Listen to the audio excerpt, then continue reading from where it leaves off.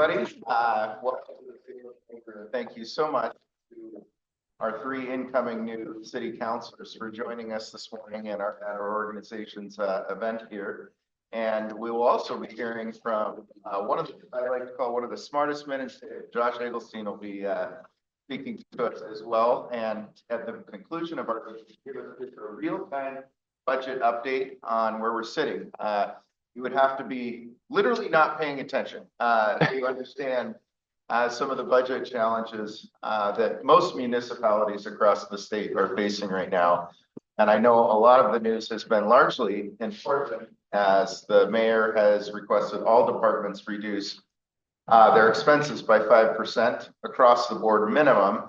And our city is, of course, not immune to those budget challenges as well. We are going to have a great panel discussion today. As you know, Salem City Councilors are paid a ton, so these are very desirable, lucrative positions. All kidding aside, perfect.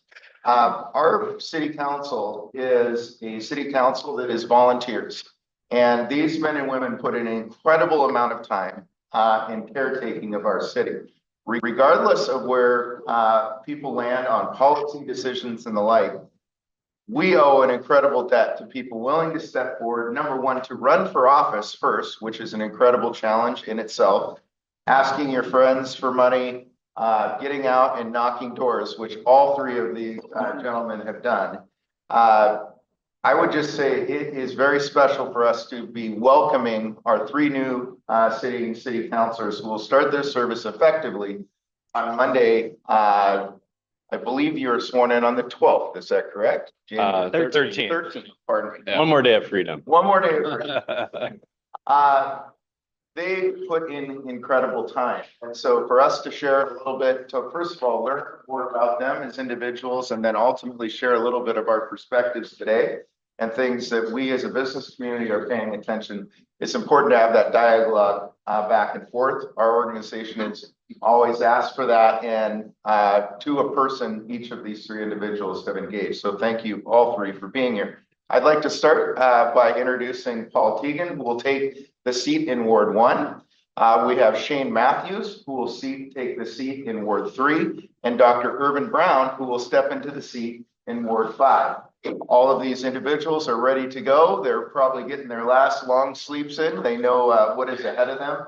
And to a person, I am a city council attendee most times. If not myself, Jameson is there. And each of these individuals have been at city council for the vast majority of the time as they prepare for their service. So with that, we've given them some things to be thinking about and share with you. And we also are going to have some conversation and some questions here coming up. But I'd like to start by turning it over to Paul Tigan in Ward 1. Thanks, Tom. Thanks everybody for coming out this morning. Great to see you all. The kinds of things that Tom asked us to share about were really our history, personal history, professional history, time in Salem. So I'm going to walk through those and sort of as conversationally as I can. I moved to Salem in 2015, came here as a federal land manager. I managed Bureau of Land Management forests west of Salem. It's called the Mary's Peak office. So all the BLM forest in Polk County, Benton County, Lincoln County, and including the Yaquina Head Lighthouse. And that was really what drew me to Salem, was managing those federal forests. I no longer work for the BLM. I'm in private practice as a business consultant with a small business outside of Portland. But certainly my time with the federal government, which was about 14 years, informs a lot of my thinking about effective and ineffective government. And so just sort of an outset, that's what drew me to Salem in 2015, and talk a little bit more about that when we get back to it in my personal history. I grew up in St. Paul, Minnesota. Lived there for about 22 years, went to college in St. Paul. I have 4 sisters and a brother, big Catholic family, or what it was a big Catholic family, I suppose, at the time. My mom came from an even larger, big Catholic family. I left St. Paul when I was 22 after I finished college and started really kind of the first entry into public service as an AmeriCorps volunteer. and moved to Southern Colorado, a part of Colorado that's, not the I-70 ski corridor, but more like northern New Mexico, and a place that was really dependent on natural resources for their survival, specifically water. And coming from Minnesota, where water is abundant, comes out of the sky, like here in Oregon, more than you probably want, plenty of lakes. People in that part of Colorado sit in church and pray for water. And that always was one thing that really struck with me as I just began to really understand the Western United States, having grown up in the Midwest. Met my wife there. We lived in Colorado for a better part of 7 years. After being in the San Luis Valley for 4 years, I went to law school at the University of Denver, focused mostly on water law, natural resources law. Graduated in 2009. Bad year to graduate from anything. And was fortunate to get a fellowship with the federal government called their Presidential Management Fellowship, where they take people from graduate school, law school, PhDs, and put them on management tracks in the federal government. And I moved to Washington, D.C. and served about 3 years there in congressional affairs. So helped the Department of the Interior and the Bureau of Land Management talk about their work with members of Congress, congressional committees, doing things like supporting the agency as it managed its budget, which actually is about the size of the city of Salem, so a little bit larger. But did that for about 3 years, and then we moved back to the Western United States, and I started managing federal land. We went right back to where we were in Southern Colorado, and I worked a lot with that field office in particular. Was a lot of ranching. About 95% of that land was managed for cattle and sheep ranching. So spent a lot of time with people who worked the land and managed a team of about 13 people, and then came here to Salem, sort of doing the federal management career ladder. We fell in love with Salem when we moved here. I have a son who's now 13 and a daughter who's 9. They were, how old were they? 4 and 1 when we moved here, or 5 and 1. And really, Salem has become their hometown. And at some point in my career path with the BLM, we decided that we were going to jump off that train and invest in the Salem train instead. Because my next job with the BLM was going to be somewhere else entirely.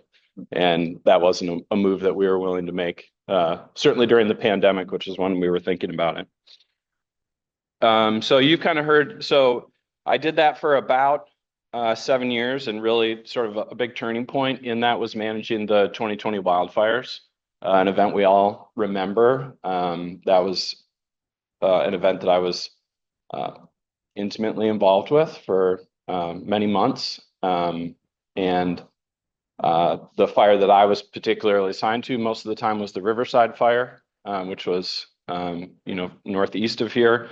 But our team managed the cleanup of that effort for well over 2 years, salvaging timber, trying to stabilize lands.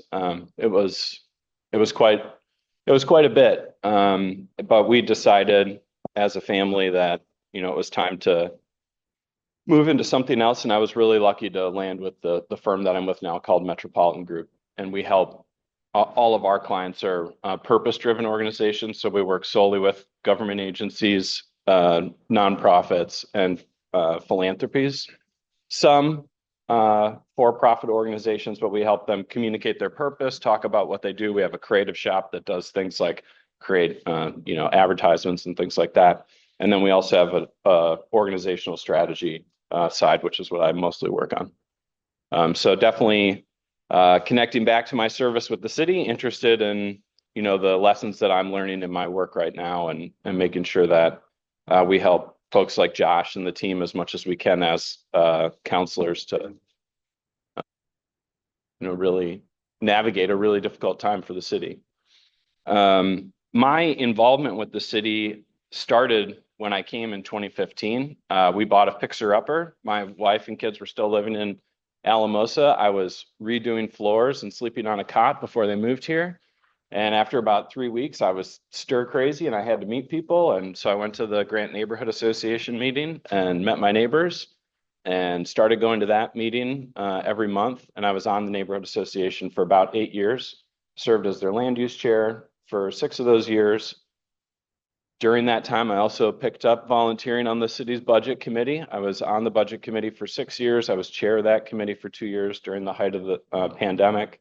I think they just thought I ran a good Zoom meeting. I'm not sure I know more about budgets than other people, but they were like, oh, these Zoom meetings are okay when Tigan's in charge. So they put me in charge of it for 2 years. That time really, and my experience with the budget, of course, really informs my understanding of where we're at as a city, the sorts of choices that we're facing. But I think it also, in some ways, prepares me for the level of engagement that's coming in terms of being on city council. Like I said, a 13-year-old Henry, he's in 8th grade at Parish. Tomorrow's grading day. He was writing a paper until 10 o'clock last night. He's a good kid. Lucy's 9. She's in every choir she can join. She's in 4th grade at Grant. Our family has, I would say, within the last 4 years, become more active in our church at St. Paul's. Lucy, our child, drew us to that. She really wanted to be in a choir, and people are like, well, the best choir in town is at this Episcopal church. And Carla and I both grew up Catholic. We're like, oh no. To everyone else, like, oh, the difference between an Episcopal church and the Catholic church is like the difference between an orange and an orange. So it was a big deal for us, but we really enjoy the community at St. Paul's. It's been a really fantastic addition to our family for the last 3 or 4 years. And then I'm pretty much done with home improvement after doing 2 bathrooms and a kitchen. Our house is just the way we like it, and so that's no longer a hobby of mine. Sometimes I play hockey. We like to spend time outdoors. I grew up hunting. We still try to get out as much as we can, which isn't much, it turns out.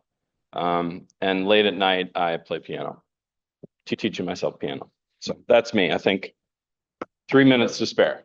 We have a fellow hockey guy here. Okay, so have Paul and I been on the ice at Sherwood before together? We may have been. Good. Yes. Okay. Yeah, Well, I played. Penalties on and on. Great. Well, thank you, City Councilor Tigan, for that introduction. And next, we will go to City Councilor-elect Matthews. Hi, everyone. Thank you so much for being here this morning. I mean, the truth is, this is, I think, the earliest morning meeting I do ever. It's tough. 7 a.m. to get this many people in a room is shocking, but it's kind of a testament, honestly, because obviously everyone in this room, or a lot of people in this room, they run businesses, and during business hours, you got to be doing business. And so the fact that before and after work, you guys will be involved in city affairs like this and what's happening in your community, it's the most important thing I think that you'll do today. But anyway, not because of us, just because of this meeting. But so kind of as Paul had mentioned, or Councilor Tigan, we were asked to kind of go through our backgrounds and why we ran, what we're hoping to accomplish, some of those things. And so I'll kind of start with the who I am, right? So I grew up here in Salem. So I was technically born in Oklahoma, but I've lived here almost my entire life. I went to elementary school at Yoshika, Adam Stevens for middle school, McKay for high school, Western Oregon, or Chemeketa for college, and then Western Oregon. And so I grew up here. This is where I may have been born somewhere else, but this is where I really did all the growing up. And it took me a long time to figure that out. But I'm the son of a single mom. I don't really know my real dad. He was an abuser. He was a addict. He was a gambler. And he just has never been a big part of my life since we kind of moved out of that situation when I was fairly young. But I was raised by my single mom, and then my grandparents we lived with.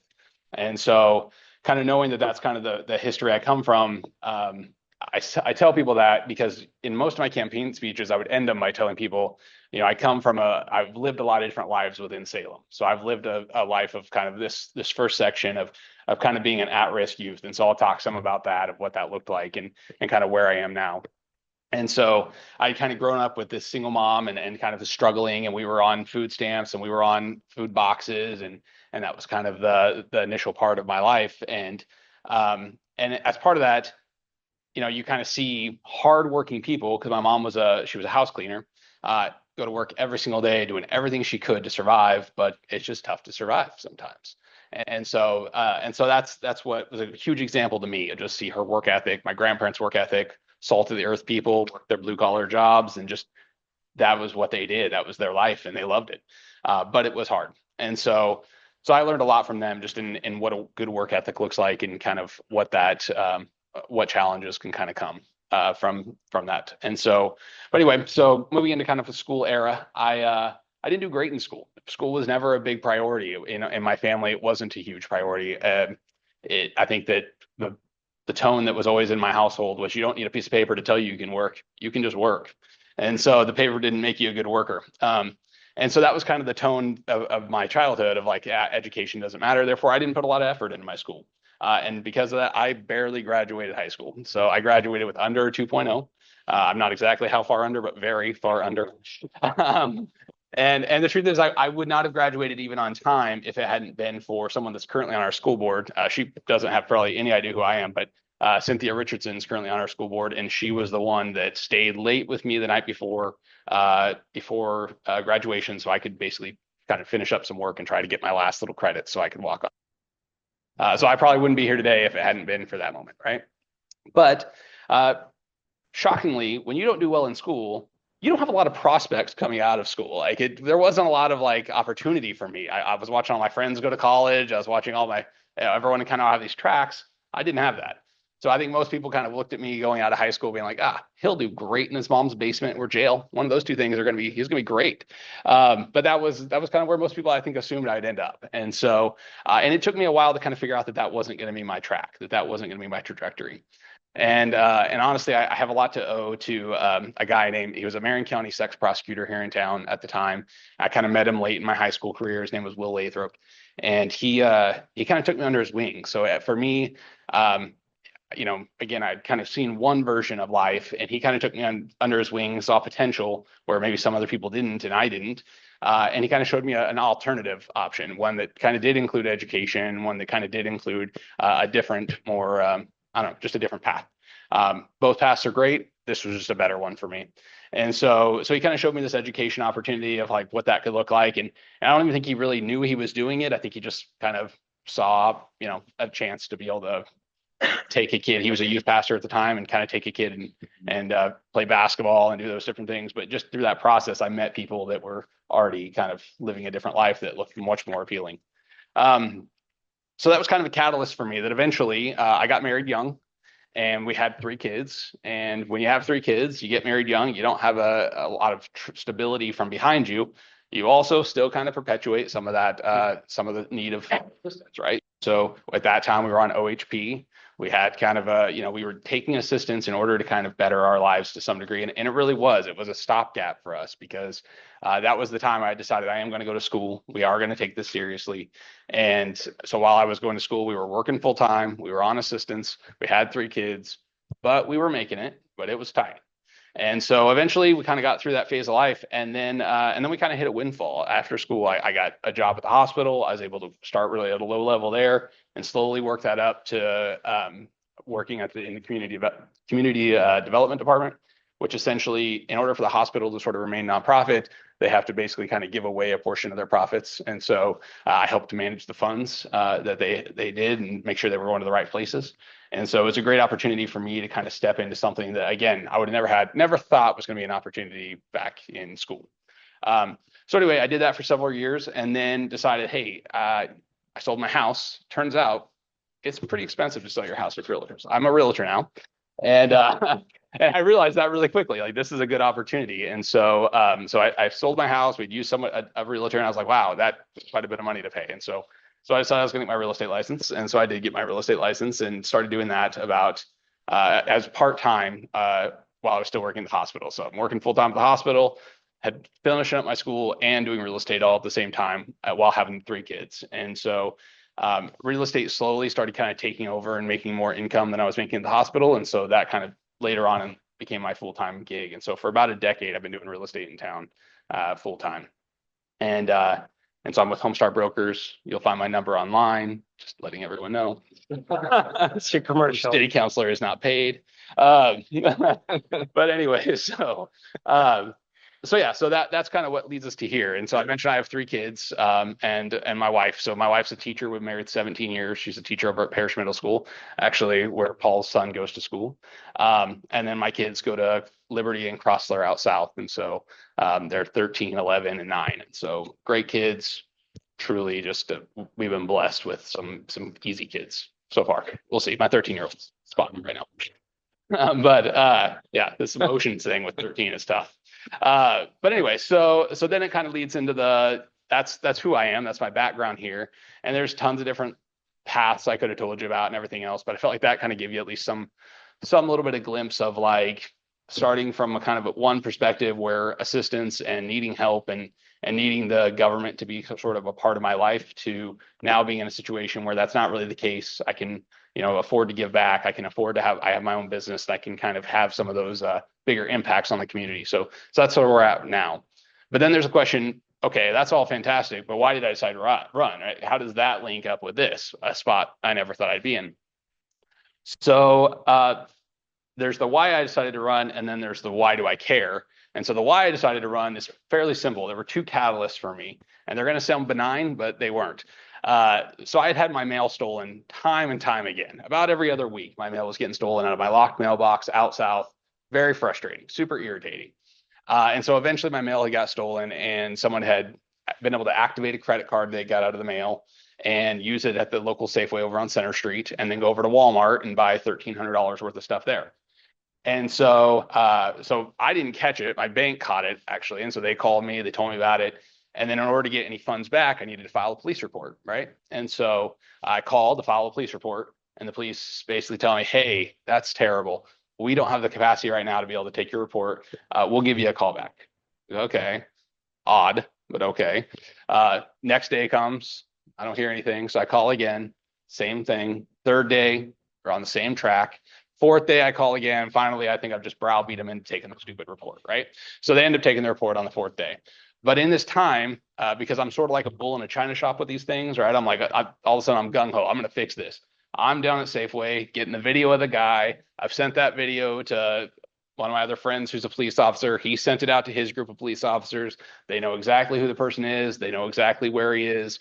I'm like, this is an open and shut case. I mean, I don't do law enforcement, but I do have a criminal justice degree. And I'm like, I've seen enough CSI to know what's going on here, right? Done, check. And so anyway, so on that 4th day, they take the report. And then on the 6th day, I get a call back from a police officer, the detective. And I'm prepared to give her all this information. And she's like, I'll take the information. But she's like, ultimately, we're not going to take it any further past this. So at this time, we don't have the capacity to be able to deal with these sorts of issues. We're more focused on more priority issues like violent crime. And so this isn't something right now that we're going to be pursuing. And even if we did, likely once it got to the DA's office, they're also understaffed and overworked, and it wouldn't actually end up going anywhere past that. So that to me was a little bit of a light bulb situation, because I grew up in this community. When I pay my taxes, I expect that when I call the police that I'm going to get some results, right? Justice will be served. That wasn't the case. And so that was kind of the first problem. And in truth, the officer that I spoke to, she was pretty candid with me, and she said, I'm frustrated too. I signed up to catch the bad guys, and right now we're not able to do that 100%. So that was the first catalyst for me. And then the second one, this all was happening at the same time as the payroll tax.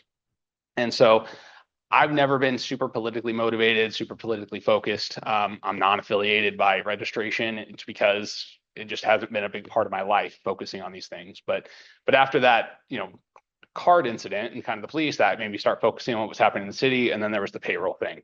And no matter what you think about the payroll, no matter what you think about the budget, the biggest flaw to the payroll tax was just there weren't a lot of clarity around what it all was. And I felt like that was a big problem with it. And so because of those 2 things, those were big catalysts for me to say, okay, I'm going to go ahead and step in, and I'm interested in seeing if this is a possibility. Is this something I'd want to do? Is this something I'd be okay at? Is this something that people would want me to do? And so we started kind of exploring that. So that kind of tells you, why the catalyst was of what made me run. But then there's still the question of, why do I care? Right? I mean, I can move away. If I don't like it here, I can just move away. And you see people doing that. I mean, I think probably if we were to take a poll, most of us know someone that's moved away to what they considered would possibly be greener pastures. Whether it was or not, who knows? But I've kind of already alluded to the why do I care. So one is the fact that I have 3 kids, like they're growing up here, and I want them to be in the safest community that we can. I just looked at some polling that we've been doing polling since 2017. I was looking at where the community is putting our priorities, our biggest issues. Homelessness has consistently been at one. It started at 22% I felt like it was our top issue in 2017. We're now up to like 54% say it's our top issue. But our secondary top issue, the second thing that people say, has drastically changed. In 2017, it was infrastructure. 22% of people said that infrastructure was on par with where we were at public safety wise. Now people are saying it's public safety, right? Where we were homelessness. Now they're saying that public safety is our second biggest, and you're seeing that trend go drastically higher on a yearly basis. That's an issue. We used to be more focused on infrastructure because we weren't having these public safety issues. Now we're having these public safety issues, and that's taking priority for people. And so knowing that I have 3 kids in this community, that was a big catalyst for me also of like, this is why I care. This is why I want to run. And this is why I want to see it change. But then also I chose to raise my family here. Like, this is my decision. I grew up here and I wanted to stay here, and I want it to be the best it can because I also want them to decide to live here. And so that's kind of the why do I care aspect of this. But so that's kind of the background. It's kind of the why. And yeah, that's what I got. We will conclude our introductions with Dr. Irvin Brown in Ward 5. Thank you. Good morning, everyone. It's good to be in the space. I can see a lot of faces that I saw at the beginning of my campaign. So now we're at the end of it, and it feels good to be done. It feels good to be done. So born and raised in Louisiana. So I am from the Deep South. And anybody here from the Deep South? Anybody besides me? Nobody? So growing up in Louisiana, I am one of 7 siblings. And so growing up, I had the privilege to really learn a lot from my siblings. And so I am the youngest son. And when I consider growing up in a family of 7 and coming out of poverty, there was a lot of hand-me-downs. And so I was always excited to get my brother's hand-me-downs because I just couldn't wait to have something new, something different to put on. And so our parents, who still live in Louisiana, they really instilled into all of us what it means to serve, what it means to give back, what it means just to be available. And so as a young man, growing up, I had the privilege to watch a lot of my uncles join the military. My dad, when he was a young man, he joined the military. And as I kind of moved through middle school, 2 of my older siblings, they joined the military. And so for a lot of young people, there's always some ticket kind of get you out of the past or get you out of the family, whether that could be a scholarship or whether that could be sports. My way of getting out of the South and just changing everything that I thought that I wanted was be in the military. And so I signed up at 17. And at that particular time, I needed my parents to co-sign, and it's because I just couldn't sign up on my own. And so joining the military, I would say hands down, has been one of the most rewarding experiences of my life. If they called me today, I would go back. I kid you not. You would have to find another counselor for Ward 5. Because I really, really enjoyed the military. I enjoyed everything from the uniform, shining my shoes. I enjoyed every aspect, whether it was traveling or whether it was getting to know a variety of people. Because growing up down south, it's not as diverse as some people actually think. You have a huge segment population of Black folks and white folks, and maybe a little bit in between. But the military, you had all walks of life, all shades of life. And to me, that was the most exciting experience. And then, of course, I was also, I'm a war veteran. And so having an opportunity to be in harm's way every single day. I don't know about you. I don't think it's something that you would just sign up randomly just to give your life away. But that was something that was instilled into me when it comes to service. And so having the privilege of watching my dad and my mom work very hard for all of their kids. My dad was an apprentice when he was a young man prior to the military. And so watching him serve and give back, that meant a lot to me, and it still does. And so service, giving back, I would say, listening to Councilor Matthews, that would definitely be my why. Why did I run? I am always trying to find a way to give back. At the end of the day, that's what I think it's about. It's about how you can leave the place that you're in a little bit better for someone else. And as you kind of navigate through your life, I believe that it's always good to, have at least 2 or 3 friends, where you can just build some type of camaraderie with and just keep on moving through, just finding ways to where you can make a difference. And I'm a firm believer, the old cliche says that, if you want to see something different in your community, then you be the change that you want to see, right? You be the one that's going to step in. It's easy for me to sit on the sidelines and point the finger. It's easy for me to blame a situation, to blame my environment. And so rather than blame, I just believe that, hey, if I want to see something different, then let me step in and find places to serve. So the military is what moved me to the beautiful Pacific Northwest. And so it was in the Seattle area at my last duty station, Naval Station Everett, to where I was a paralegal and I worked for the Judge Advocate General there. Very similar criminal justice background, but without that degree.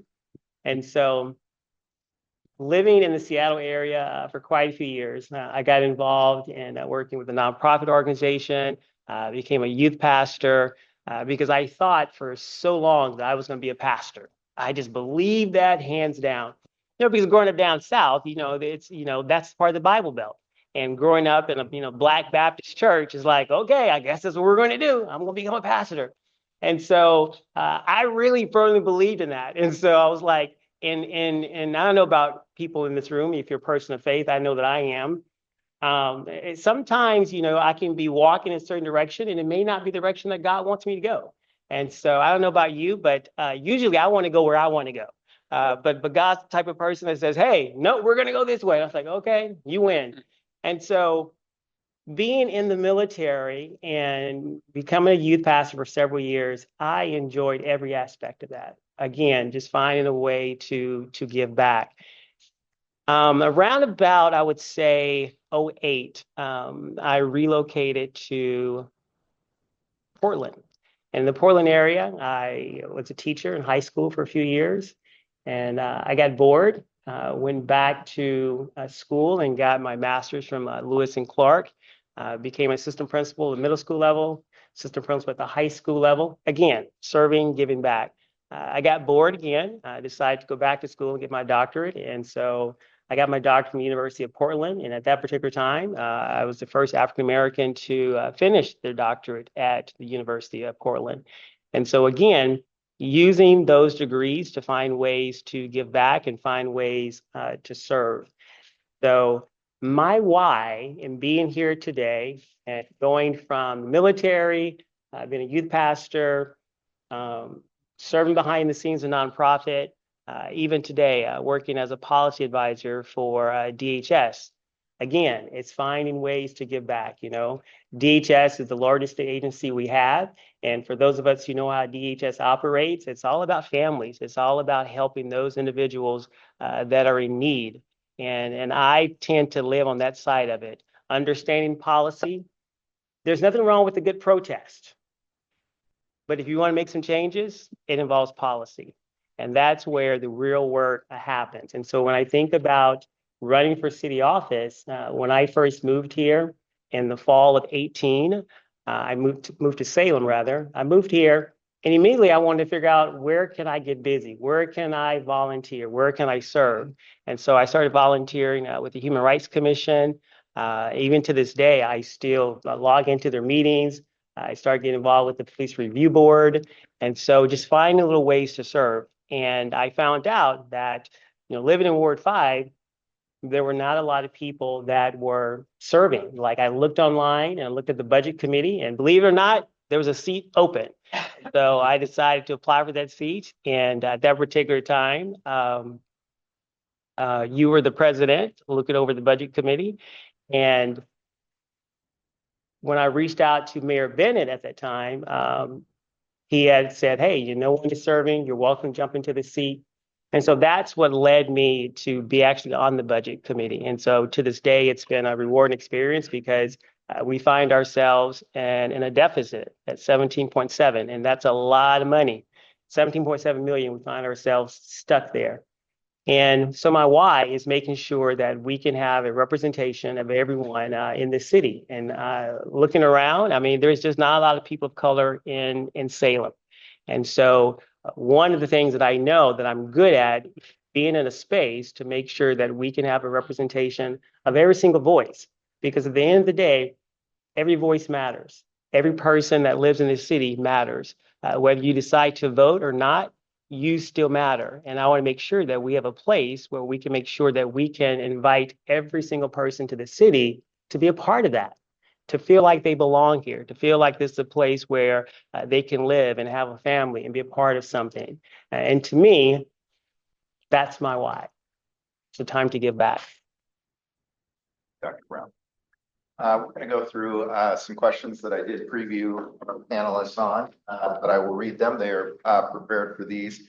And we'll get through as many as we can, depending on time, because we do want to allow our audience, both in the room and online, to pose questions if so desired. We'd like you to identify 3 key areas that you're going to be focusing on at the start of your service. And if you would, please explain why these 3 issues or 3 key areas of focus are dear to you personally. And I'm going to start in reverse order, and Dr. Brown, we'll start with you, sir. Perfect. So 3 issues. The first one is going to be public safety. That was something that I ran on and I still believe in. At the end of the day, when you think about where our unsheltered population is, we still have a lot of people that are on the streets. We still have a lot of people that are without homes. And I'm a firm believer that just because you create a home or you have a shelter for someone that is sleeping on the street, that doesn't mean that their problems stop there. When you actually spend time with someone that sleeps on the street, you will find out that sometimes there is an individual who has a mental health crisis. And how can you do both? How can you have an environment or place where you can take someone off the street at the same time, giving them the wherewithal and know how they can take care of themselves, how to be independent? And so I do not believe for a second that you can fix the unsheltered population without dealing with public safety first. Because at the end of the day, when you find someone, when you find 911, your expectation is that when you call 911, someone's going to answer. Someone's going to be there for you, whether it's 1 o'clock in the morning or 1 o'clock in the afternoon. You just believe that if you dial 911, someone's going to answer. We are now in a situation to where this past cycle, we had to cut some of our positions with the Salem Police. And we're still at the place where we have to make a decision coming in a few months about what will we have to cut. And when I think about public safety, I'm not a fan of cutting our first responders. I'm just not a fan of that. Because for me, I think it does boil down to life or death. Because when you decide that you need help, you want someone there. Last year, right before the former chief of the fire department decided to he retired, he shared with us that the response time at that time was a little bit under 6. If you were to call, that's how long it would take for someone to get to your house. Well, those numbers are gone. Not only they're gone, but we're finding ourselves in a place where we need more first responders. We need more people to help us. And so public safety is priority number 1. Second, I'm a firm believer that we got to take a look at our infrastructure. When we think about what happened the past decade from that last recession in 08, 09, infrastructure, yes, was important. And I'm a firm believer that it needs to be back as part of one of our top priorities. Because why? We live in a city and we have pipes underneath the city that are decades old. And it doesn't take a lot for something to happen in the city where something decides to burst or something decides to go bad. How are we going to fix that? What are we going to do differently? How are we going to change that? We had the privilege in the past couple of weeks of sitting down with a variety of all of our departments in the city. And one of the areas that I tend to believe that we have to look at is our infrastructure, because we don't always see it. We just assume that, hey, if I go into the bathroom, flush the toilet, things are going to work. Well, where does all that work take place? What does it look like when it comes to taking a look at some of our waste plants? What does it look like? How can we make those changes? How much is it going to cost? And so when I think about public safety, I think about infrastructure. Those two, they go hand in hand, because I think you have to be in a place where you can not only build and maintain what's in the city, but you got to take care of everything. And the last time I checked, it's not free. Someone has to pay for it. And that someone are the people that are in this room, that someone are the people that are not in this room. And so public safety, looking at our infrastructure. And the last one is, we know this because we've had this conversation before, but being the chair of the budget committee, we got a lot to fix. And I don't want to be the first person that's going to like do a blame game. I got something growing on me. You're good now. I'm good. Okay, thank you. Save Good looking your out. life. Appreciate Save it. your life. Thank you. Fine. Thank you. I needed that. But seriously though, when you think about where we're at, you have to ask yourself, we are in the red. How are we going to get out of the red? We know we attempted this past year with the House bill to go forward when it comes to payment in lieu of taxes. It didn't pass. We knew that that would have given us at least $5 to $7 million. Is someone talking to us? Oh. We knew that that money would give us a little bit of a cushion to where we could make some ends. Well, that bill didn't pass. And so one of my priorities, again, is finding a way to where we, as a team, along with Madam Mayor-elect, of how we're going to make some cuts and find a way to get our city out of the red. So those would be my top three. Thank you, Dr. Brown. Next, we'll go to candidate-elect Matthews. So I ran on, my campaign was really clear. I ran on 5 points, and I'll still be laser focused on those, but they really boil down a little closer to three specific things. So the 5 points were supporting public safety, reducing homelessness, measuring well, supporting local business, and creating local jobs. But those 5 things really can boil down to 3. And so one is the supporting public safety and reducing homelessness. So at the moment, as Dr. Brown mentioned, we have some constraints when it comes to public safety. But with that, also, I think some of our priorities need to be not shifted, but just reevaluated. And so one of it being, right now, we don't have a drug team. So what it means is that if we're not actually actively searching for any type of dealer, we're not actually searching for distribution, we're not actually doing that right now. We will respond if you call and you say, there's a drug house, and I'm sure this is a drug house, we will investigate that if you report. And we will, if it has a nexus with drugs, have a nexus with violent crime, because that's our primary focus right now. If it has a nexus with violent crime, then we will explore that as well. But we're not aggressively impacting the drug trade right now. And that's a problem because I think, in my opinion, drugs have a clear link with multiple different aspects. They have a clear link with gang violence, which we're seeing that half of our violence in Salem seems to be related to some sort of gang activity. They have a clear link with homelessness. And no matter what you feel like creates homelessness, and there's different visions on this, some people will tell you it's economic based, some people will tell you it's drug based, some people will tell you it's trauma based. All things are true. All those things cause homelessness. And if you go out and poll the homeless, I would assume that you're going to find all aspects of it, because that's how everything works in life. It's never just one answer. But there's not a single homeless provider that will tell you that once you're in the homeless camp, you don't have a lot of drugs in the homeless camp, because there are. Because whether you're trying to mask a trauma that you have or a mental health issue that you have and self-medicate, whether this was the downfall that you got into drugs and that's what led you here, doesn't really matter. But drugs are a common nexus, not for every homeless case, but for a lot. And so the fact that we're not dealing with some of the distribution aspects of it is a real issue. And so for me, it's about trying to set policy and scope that starts to really focus on some of the drug distribution, because nobody's interested in going after possession, right? Those are the victims here, right? The person that's utilizing the drugs, everyone can point at them and say, hey, stop that. But reality is, it's really hard to get out of that scenario. And going after possession is not really the caveat. That's not the answer. But there is very few people I've ever talked to, if anybody, that's ever against going and holding dealers accountable. The people that are dealing death, right? That is a pretty easy one, and working those cases up. And right now, that's not really our focus. That's not really our objective. And I think if we had some shift I think that that type of scope would have a bigger impact in some of these other areas that we're seeing, like our homelessness, like our gang violence, like our violence in general. It's all related. So that'd be my first priority personally. Secondarily, one of the things I mentioned was measuring well. And a lot of people, like I mentioned, they own businesses here. And it would be hard for us not to say in all of our businesses, no matter how much we try, that there is not some efficiencies that we could find, right? If you really, really tried and a lot of us probably know it, right? We already know the efficiencies we could probably find in our business. We're willing to accept them for the moment because they're making our life easier or whatever it is.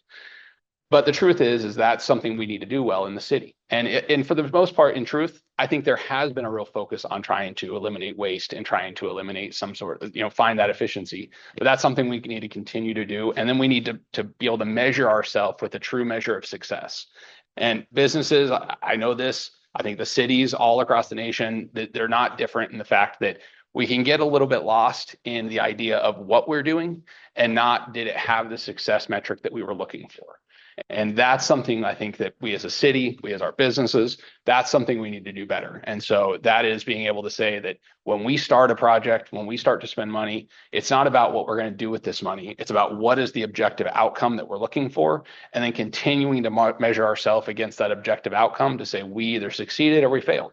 And it's okay to fail. You just have to know when we're not doing well and we need to shift. And so I think that's something that as a city, we can get a little bit caught in the narrative of these are all the things we're doing and less about this is how we are succeeding or needing to transition. So that's number two, measuring well. That's a big priority of mine. And you'll hear me talk about it a lot with doing it through stats. So when we look at housing production, what are we seeing as our delays? Statistically, let's back up that we're doing it the fastest, the most efficient, the best that we can. And so that's kind of one example of where we can start measuring better. Number three is as I mentioned, supporting local business, creating local jobs. Lifeblood of our community. I mean, I don't go into a nonprofit room at any event that doesn't have a banner that says some of the people in this room's names on them, but other people within our community as well, because local business is what's really, really driving our local economy. I mean, this is economics 101, right? It's what drives our success in our local economy. And so being able to continue to support the people in this room, being able to support businesses throughout our community, it in turn ends up creating that local job. And when I say that, I do want to really be clear. I am very focused on the people that are keeping their profits and their revenue here. That's important to me. It's important to me that we're focusing on the businesses that are going to continue to give back and support this community, because that's what it takes. And so that's a big avenue of mine, and making sure that the city has that same scope in our procurements and looking at who's supporting us, and therefore who we should really be aggressively trying to support. And so those are my three big priorities. Matthew, we'll now go to Paul Tigan. Thanks, Tom. My primary focus and priority for at least the next 6 months and probably the year is stabilizing the city's general fund. Hard stop. That's it. In anything, there's a lot that gets the council that comes to the council, not of the council's making, and of course deal with those as they come about. But there really isn't anything of priority to me that doesn't come before the council that doesn't have a direct relationship to the general fund. So understood. Appreciate your brevity and directness. We will now go to and start with Councilor-elect Matthews. What are you most excited about in joining this council and serving your city? Probably the big paycheck. I'm really no. Similar to Councilor Brown. So I've always been a little bit focused on giving back. So similar to Councilor Brown, for a short period of time, I was also a youth pastor. And then moving from that, I kind of moved into, once that part of my life was done, I ended up moving into this role as on the Citizen Review Board, which essentially evaluates DHS and kind of their cases. And so once a month, I'd sit on this board, read through DHS cases, most horrifying things I've ever read in my life. And then basically, you get an opportunity to evaluate DHS and how they're doing, along with be able to meet with the kid and all the stakeholders. So I've done that for several years, and I was doing that really up until winning this election. And so I just stepped down from that back in May or I guess June is when I found out, but June when the election was over. And so that's something I've really been focusing on in my life, is that giving back aspect. And so part of the reason also of running for this is I felt like I needed to move on from that. I needed to find another way to give back. And so this is far beyond the original thought of how I was going to do that.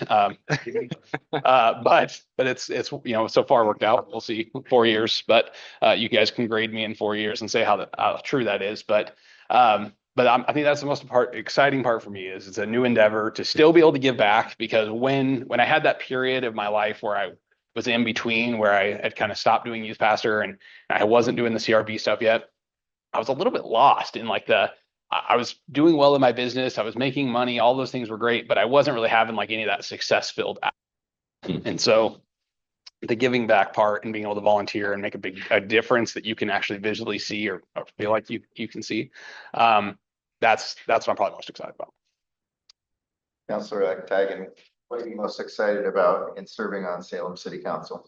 I'm really glad you asked the question. I think for me personally, having the job that I have right now, the thing that I spend my time doing, most of my time doing, is I'm a remote worker. I do a lot of Zoom meetings. I'm really fortunate to work with people who do incredible stuff at the Jet Propulsion Laboratory and with NASA. That's sort of how I spend my day. But I feel really disconnected compared to when I was managing land, working with foresters, working with range cons, working with the people who work the land.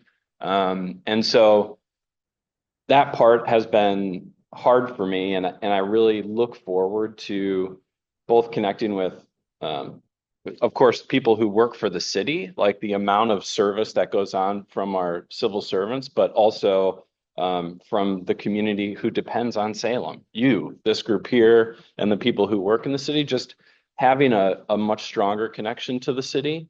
I failed to speak about one of the things that really moved me at the start of my time in Salem was being in Leadership Salem. I was in the class of 2016, and the amount of time that we would spend in that program going and meeting all of these different elements of the city. I was really fortunate to have a manager at the time who wanted the BLM managers to be invested in the city. And that really planted a seed in me. And I really look forward to, over the course of the next 4 years, really strengthening all of those connections into the city. And so I think listening to folks about what matters about the city and just drawing that much stronger connection really excites me. Councilor Brown, what are you most excited about in serving on Salem City Council? All that and more. I'm excited to see this group of counselors become a very strong, cohesive, collaborative group. That's what excites me. I've had the privilege to sit down with Madam Mayor-elect Hoy to hear her thoughts about what she would like to do with this council. And I want to be there. I want to be there right beside her to not only support her in her vision, but to be in a body that is not only a collaborative partnership, but be the body that works together to solve issues, right? Yeah. It'd be hard pressed for us to say that, we tend to think all politicians get along.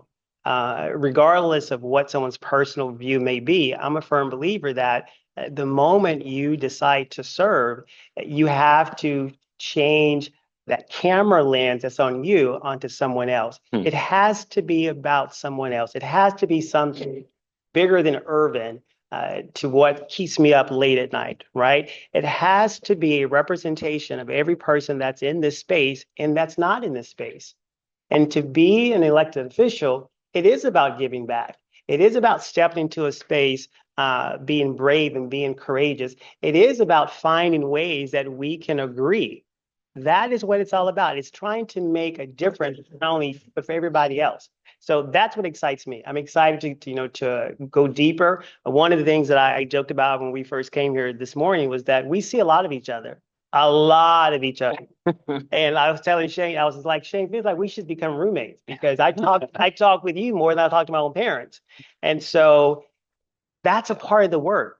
Yeah. Is getting to know who you're going to be working with, getting to know, because not only is it about sharing life, but it's about making a difference. It's about making an impact. And so that's what excites me. I'll add to that, Tom, just in terms of, so folks understand, Shane and Irvin and I have been on a deep dive course of orientation, and Counselor Nishioka in the back has been to many of these orientation sessions as well. But the city has put us on a every other week, every other Thursday night, getting to know another part of the city. So we've spent A lot of a time. lot of time together. We're making friendship bracelets after this. Yeah. So You guys are all in. to Dr. Brown's point, I think strengthening the relationship of the incoming counselors has been, I think, a really good move for the city. We come in knowing one another probably better than we know the city, which is, at least we're working through our relative rookie status together. So it's been very good.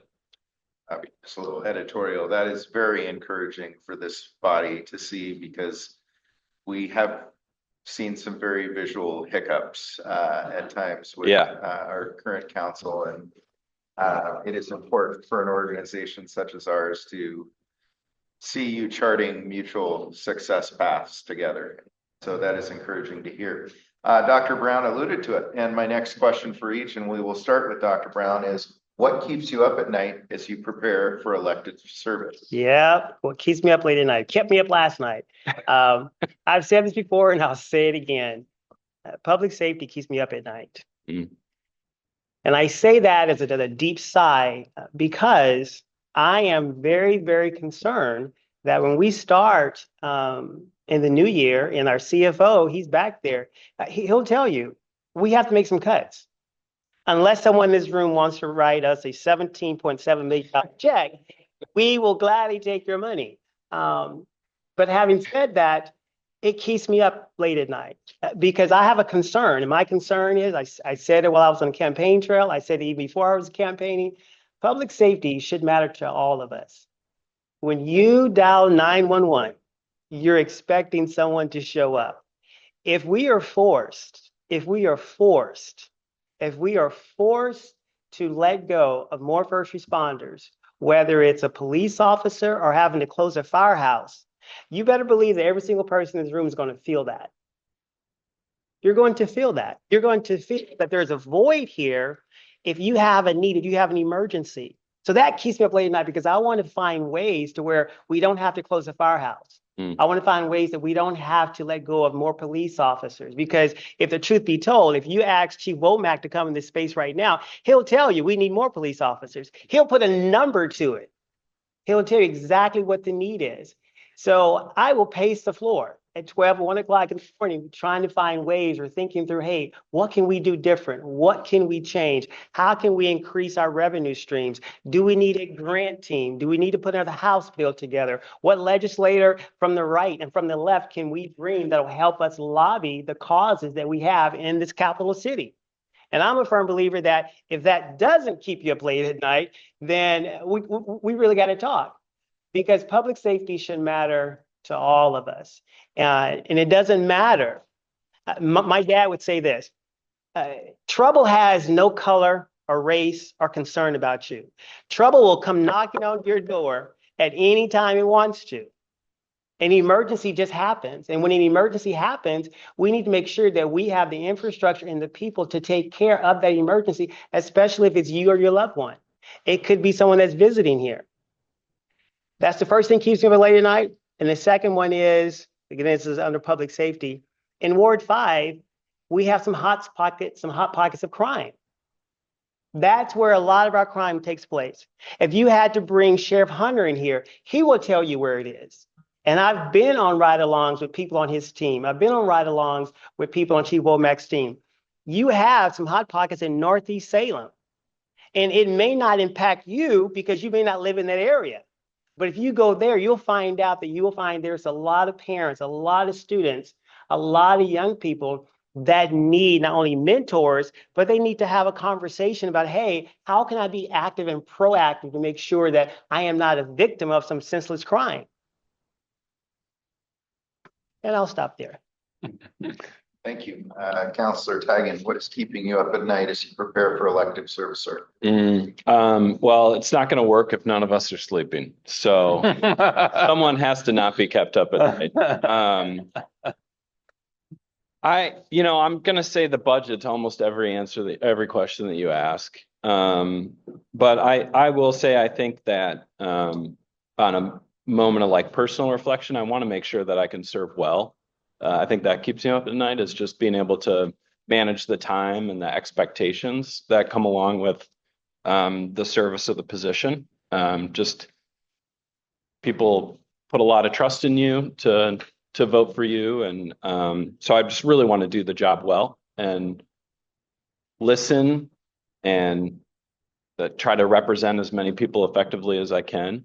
I think that's going to be an extreme challenge, considering we don't really have an option not to pass a cuts budget this year. And there's just no way not to let people down in one way or another, come mid-May. And so really just being as good of a servant as you can.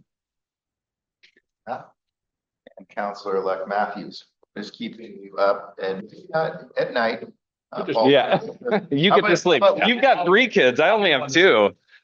You should sleep. I mean, I'll keep the trend going. Obviously, the budget is the top issue that you're going to hear about for the next several months. The city will continue to talk about it. We're going to continue to talk about it. I'll be the first one to tell you, our expenses are outpacing our revenue. There's no denying that. This is not mathematically, this is not incorrect. This is all right. And no matter what forecast you look at, no matter who does the forecast or the projections, all of them eventually lead to the same place, which is that we will have an issue, right? That we will eventually run out of money. Some show a cliff immediately, some show a longer runway. No matter what one you look at, we have the same problem. And so there is no denying that we need some solution. Where that solution comes is probably a mixture of 2 things. It is probably some revenue, but it's also going to be some cuts and some waste reduction. Both those 2 things are going to, or those 3 things are going to be priorities.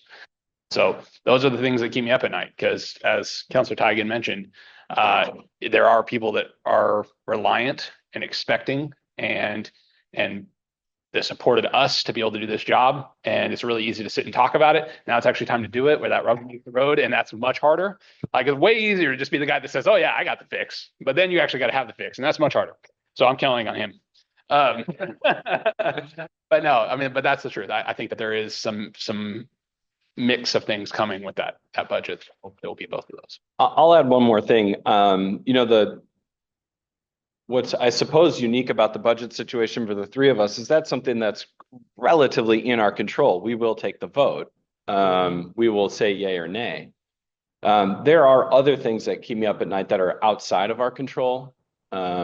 Whether what happens under HHS, how much money comes into the city through community development block grants, Section 8 vouchers. I think one of the things that we learned when our orientation session with the Salem Housing Authority is just how many people in the city depend on that money coming in, and the city as a pass-through mechanism for it. And if that money, through no action on behalf of the city, is cut really nationwide, the amount of pain that will bring to the community is remarkable. So that definitely keeps me up at night. And like most things that keep me up at night, it's something I have no control over. So I think we collectively will be very interested in what happens at the federal level and Absolutely. how those funds affect Oregonians and where they're directed and prioritized moving forward, because we have certainly heard there will be major changes coming. Yep. We have a couple of questions that we're going to skip over due to time to allow the audience, but one that I would be remiss that we wouldn't address if we could. And we'll start with Dr. Brown. How may the Salem business community best assist you in being successful in your role? So since I used to be a youth pastor, and if you've gone to church before, there's always a time where you have to give an offering.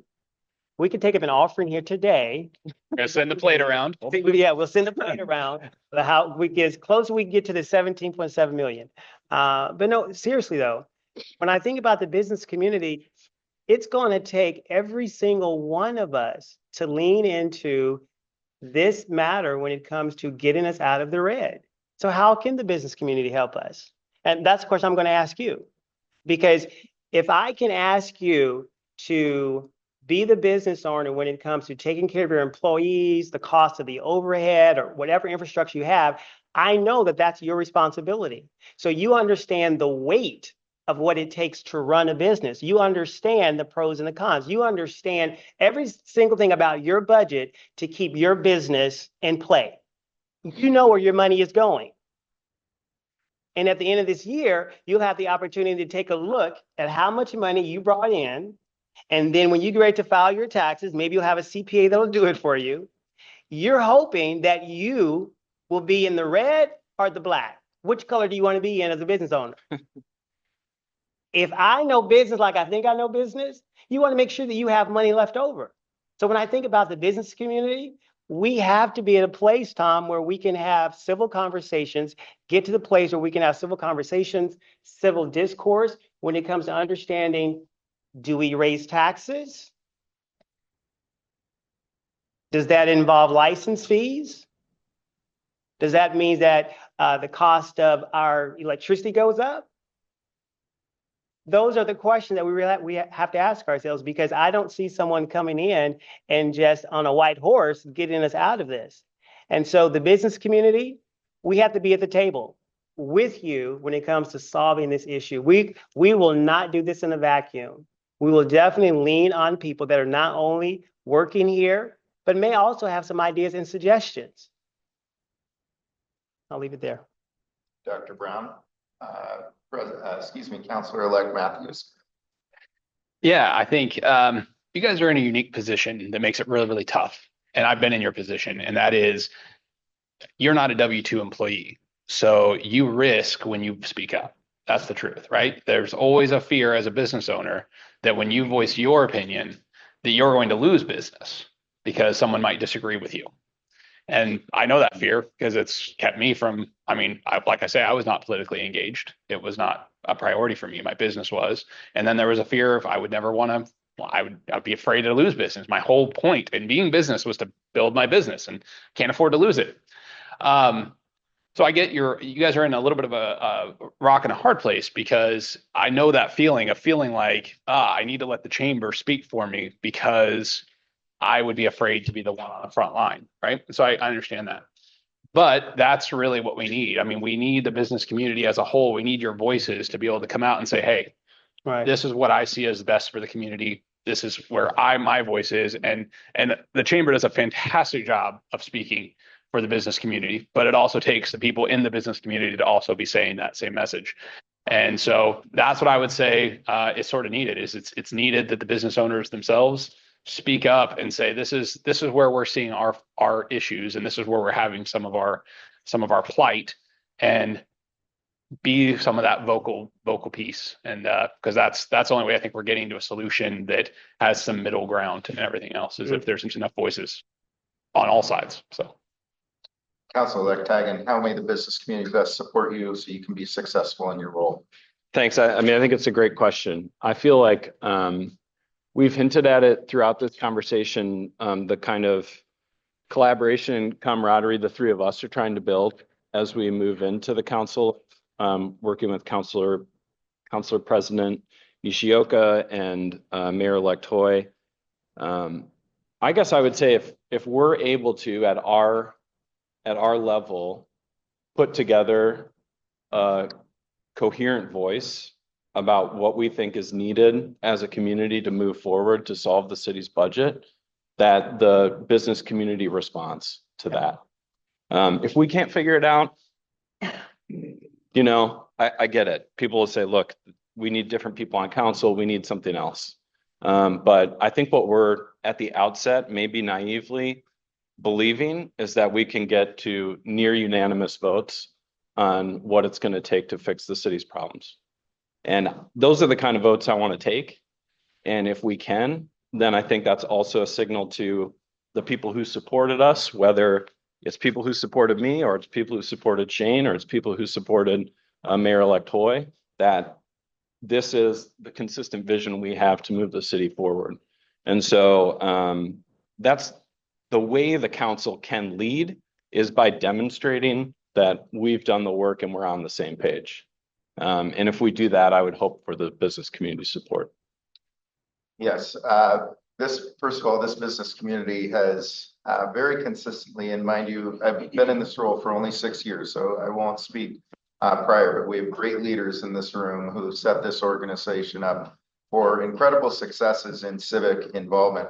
Our chamber and our small business community will consistently be at the table when asked, number one, and bring a thoughtful voice. And one thing I hope that council recognizes is this is a voice that is not led by parties and political agendas, but rather what is healthy for our city.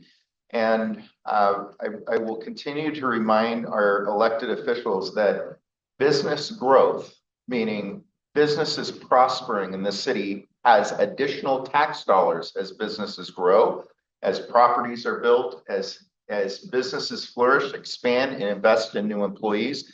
That is a growth mechanism for your budget.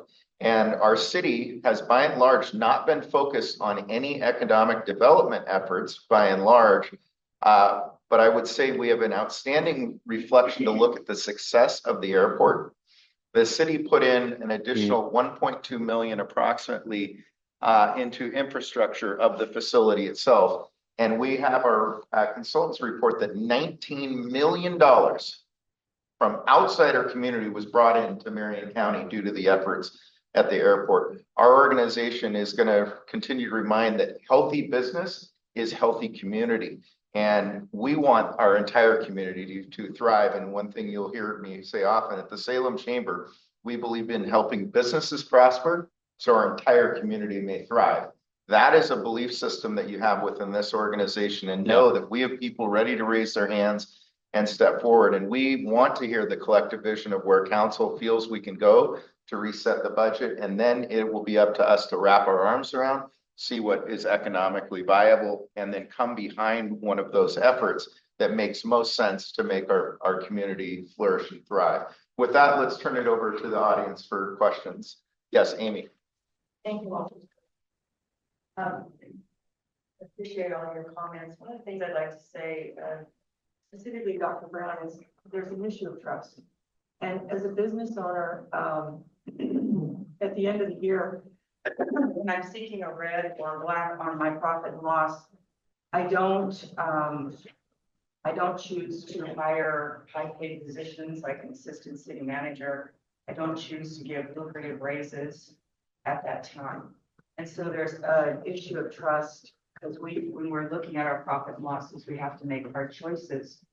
And that goes to, in my budget, based on what's going on in our industry, I've had to cut my expenses 50% to try and survive and have anything left over at the end of the year. And so part of the challenge that I have, public safety is a big issue for me because it deals with livability. But the challenge that I see is that we keep, the only answer that seems to be coming to us is throw more money at it, throw more money at it. And we don't ever deal with the underlying problem. And when I talk to police officers, or we had the chief here, what we hear is so much of our resources in public service or public safety arena are going to the problem of homelessness.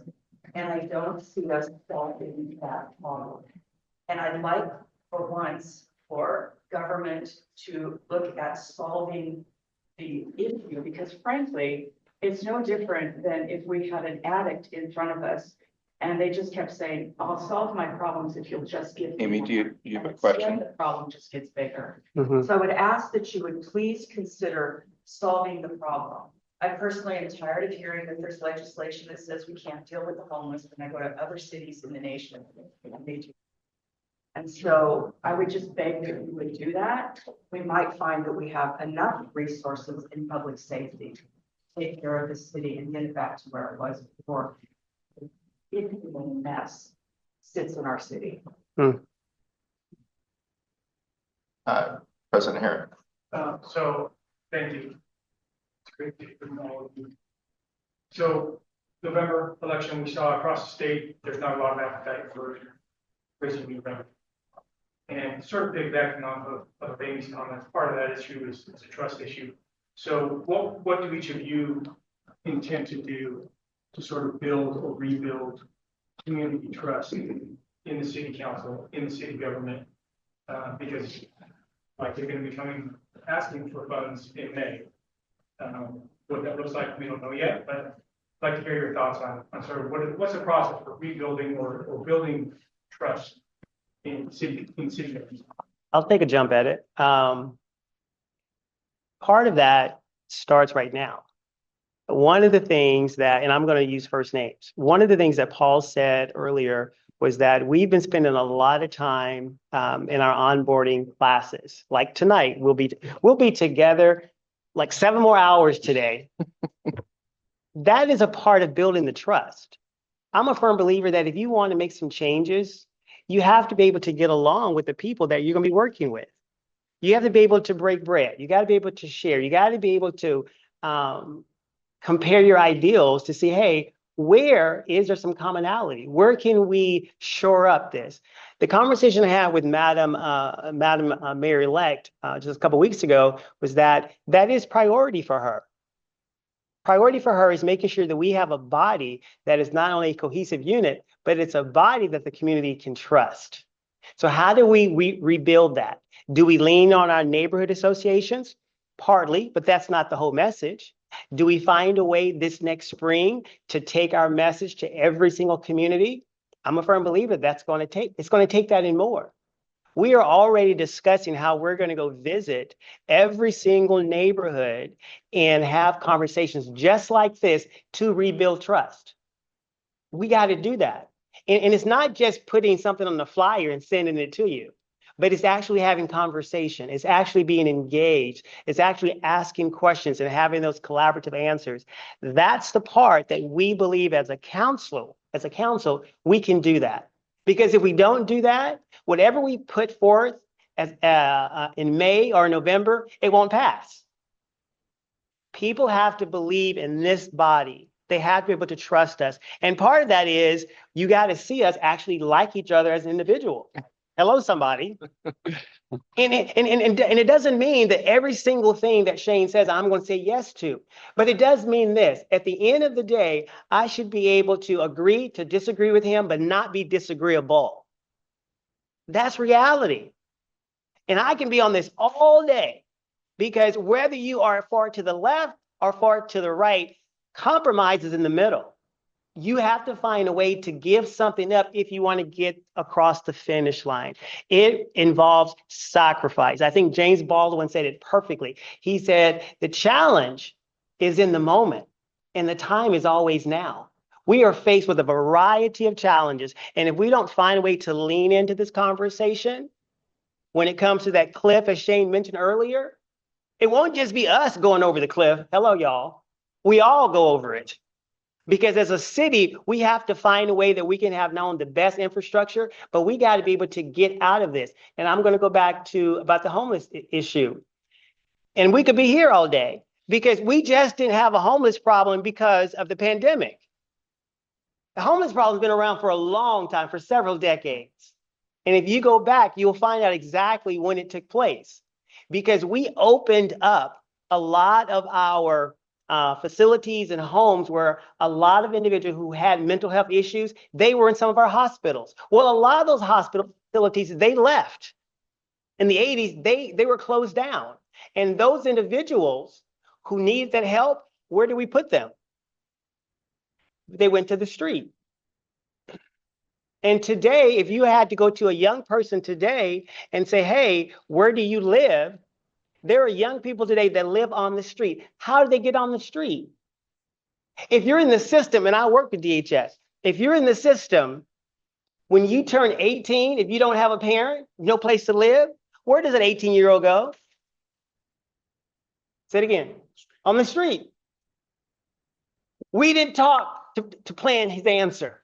He knew that. So we have a problem that we also create. So if we created it, how do we now fix it? Because we're in it together.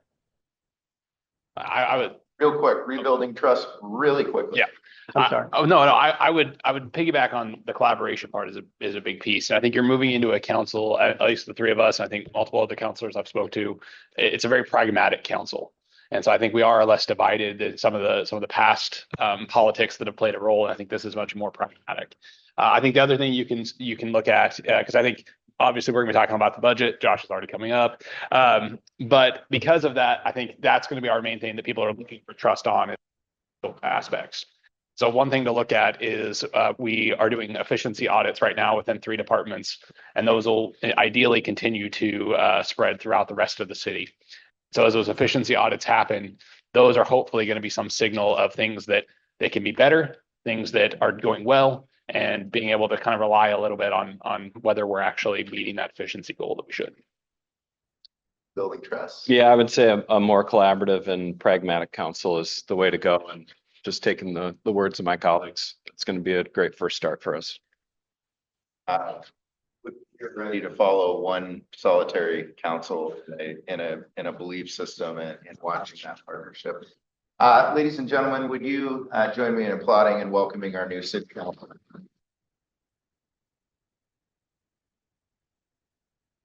I've got a personal request. I understand we're coming up on 8:30. Josh Eggleston has come to us today via my personal request and our organization's request. I need to request 5 additional minutes of your time. So we're going to run till 8:35. It's 8:26 right now. And I asked Josh to come in and share 10 minutes of information with us. This is very valuable information, and Josh's time is very important for our city. As a preview, as Dan loads up Josh's slideshow, Josh is our CFO at the city of Salem and takes a very pragmatic look at our finances. We, as an organization, have partnered with Josh and his team. They're extremely professional and detail-oriented in what they do. And Josh is a great communicator to our city. And imagine the importance of Josh's role in helping this council and our current council analyze our financial situation. And it is not a peachy one. So first of all, I want to thank Josh for being here and thank each of you for extending a few extra minutes this morning to allow Josh to share where we sit. Thank you, Tom. I appreciate the opportunity. I do have a couple of slides and I'll try to keep it brief. If we just go to the next one.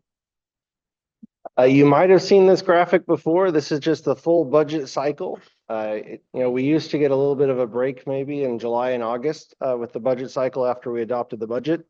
There's no budget cycle. Keith Staley, city manager, his catchphrase is budget 365, and he's not wrong. Especially now. So it's something we spend all year long with is working the budget process. So we're in that fall winter phase, in that forecasting. The annual community report was just published, and we're shifting to the beginning of the budget cycle and starting here pretty soon. Next slide. A couple of things we're doing differently this year, I think that are fairly notable. We added 2 budget committee meetings, one that happened on October 30th and November 13th. I'd encourage you to go and look at them. They're out on YouTube. All the materials are on the city website. We pulled something forward that we normally present in January. We did a preliminary general fund 5-year forecast. We've talked about, I don't like the word cliff, but we've talked about the deficit, the outlook, whatever you want to call it.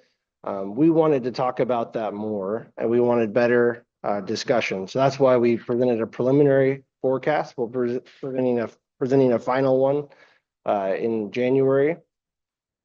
The budget committee also talked about principles and priorities. And this is the first time that I think we've had such clear priorities presented by the budget committee. It's not something I've seen in my 9 years with the city that we've actually gotten to.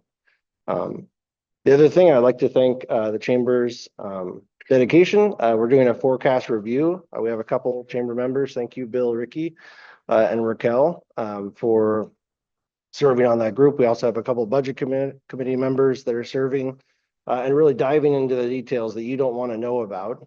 You don't want to spend that much time with spreadsheets, but I appreciate the people who want to do that.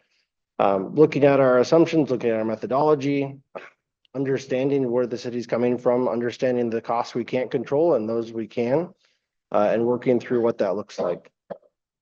So that $17.7 million is preliminary as a deficit. I mean, in all honesty, it could go up, it could go down, just based on how things change. But it's the best idea we have at this point of time. Next slide. What's next? Starting, I think on Monday, the 9th, we're having our first forecast review meeting. We're trying to schedule a few more of those prior to our January 15th presentation at the budget committee of the 5-year forecast. I don't think we've talked about it directly today, but the city council is having a work session on a potential levy proposal. The budget committee made a recommendation. The city council made a motion to hear more about it. It's not a done deal. There's nothing on the ballot, but they're going to talk about it at a work session. And I apologize. It should be January 21st is when that's happening. And then budget committee meetings in April and May, and then the city council work session on performance assessment work.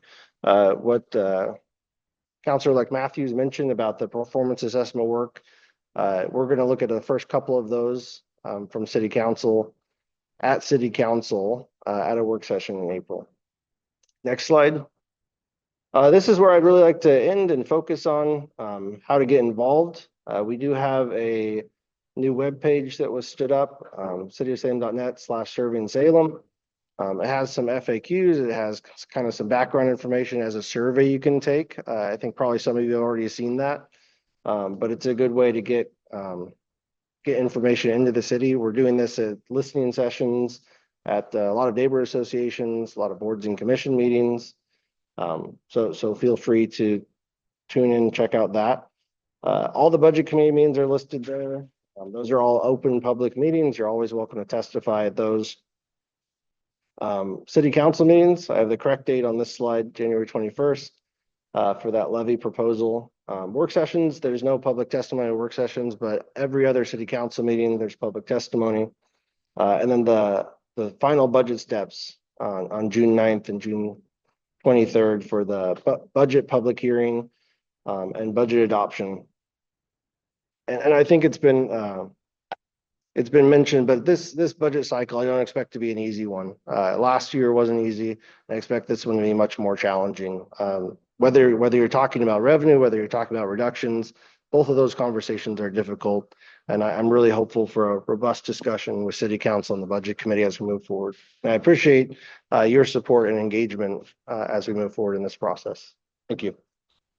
Thank you, Josh. And Josh is just one asset at the city that is deeply involved in this. We know our city council is going to be listening to the messages from the community, and the levy that is being considered, for clarity, is a livability levy specific to Center 50 Plus, the library, and parks. So this is but one possible methodology to going to the public and asking for additional funds. The Salem Chamber will be involved and present at each of those. I would invite, if you are curious, to please connect with Jameson Gideon for coffee. We're happy to buy. We usually like to go down to Isaac's, share 30 minutes of conversation, engage with Gideon, Mr. Gideon, and it would be great to have you do that. There are a lot of opportunities to be involved within this organization. This meeting is our monthly meeting.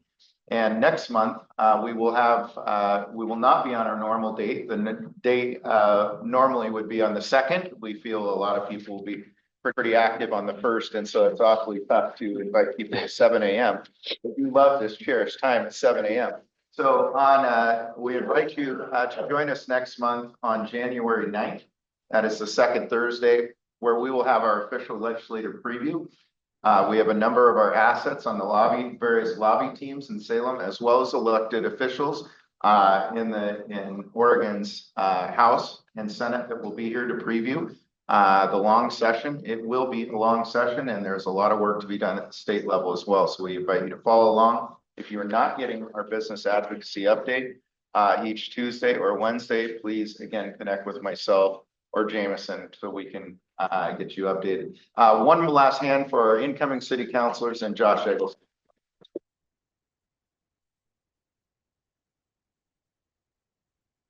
Thank you all for extending a little extra time. Have a great afternoon.